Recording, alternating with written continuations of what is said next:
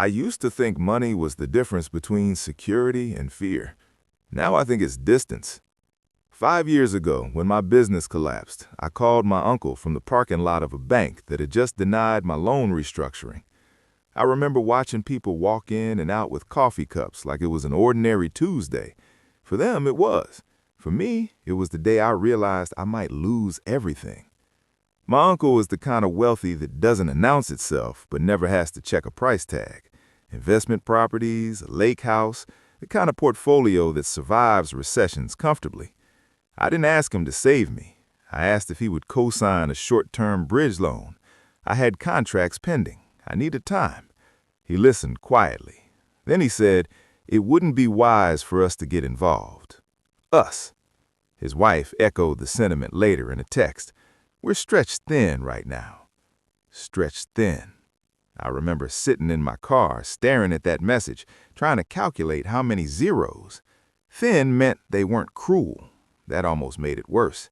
Their refusal was polished, responsible, detached. The message underneath was simple.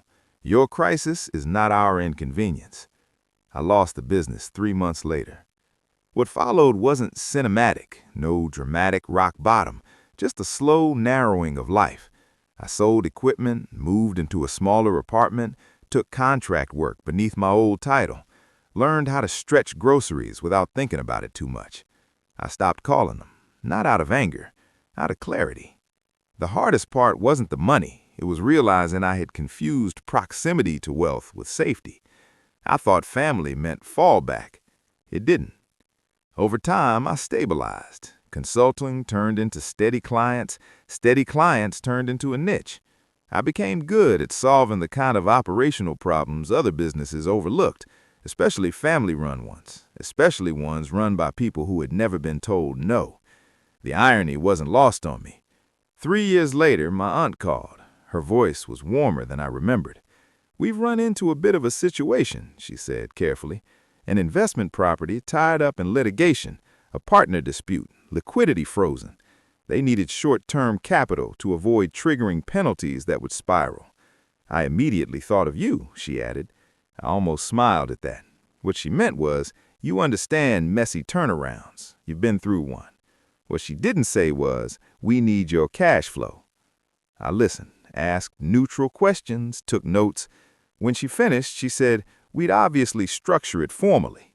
Obviously. A week later, their attorney emailed a proposal. It was thorough, clean, professional. It required my capital injection and my signature to secure a restructuring agreement already drafted with their bank. There it was, authority in black and white, deadlines, legal language, consequences.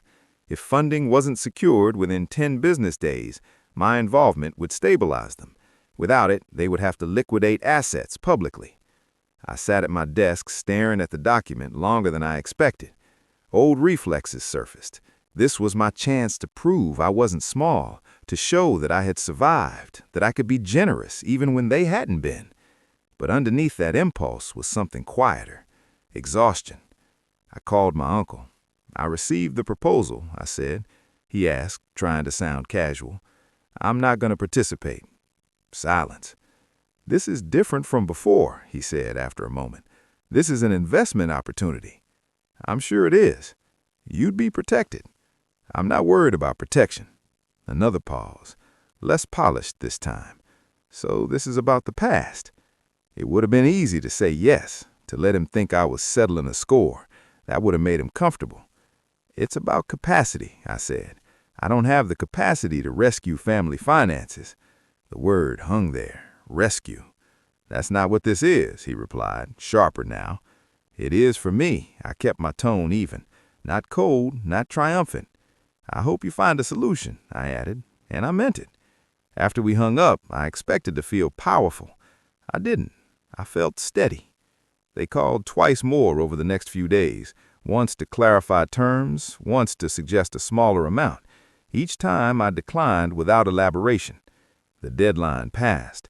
They sold one of the properties quietly, but not invisibly. There were consequences, adjustments, a visible contraction of lifestyle. At a family gathering months later, things were cordial but thinner. My aunt hugged me a little longer than usual.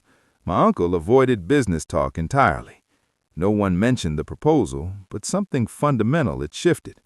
They no longer spoke to me like the struggling relative who should be grateful for scraps of attention.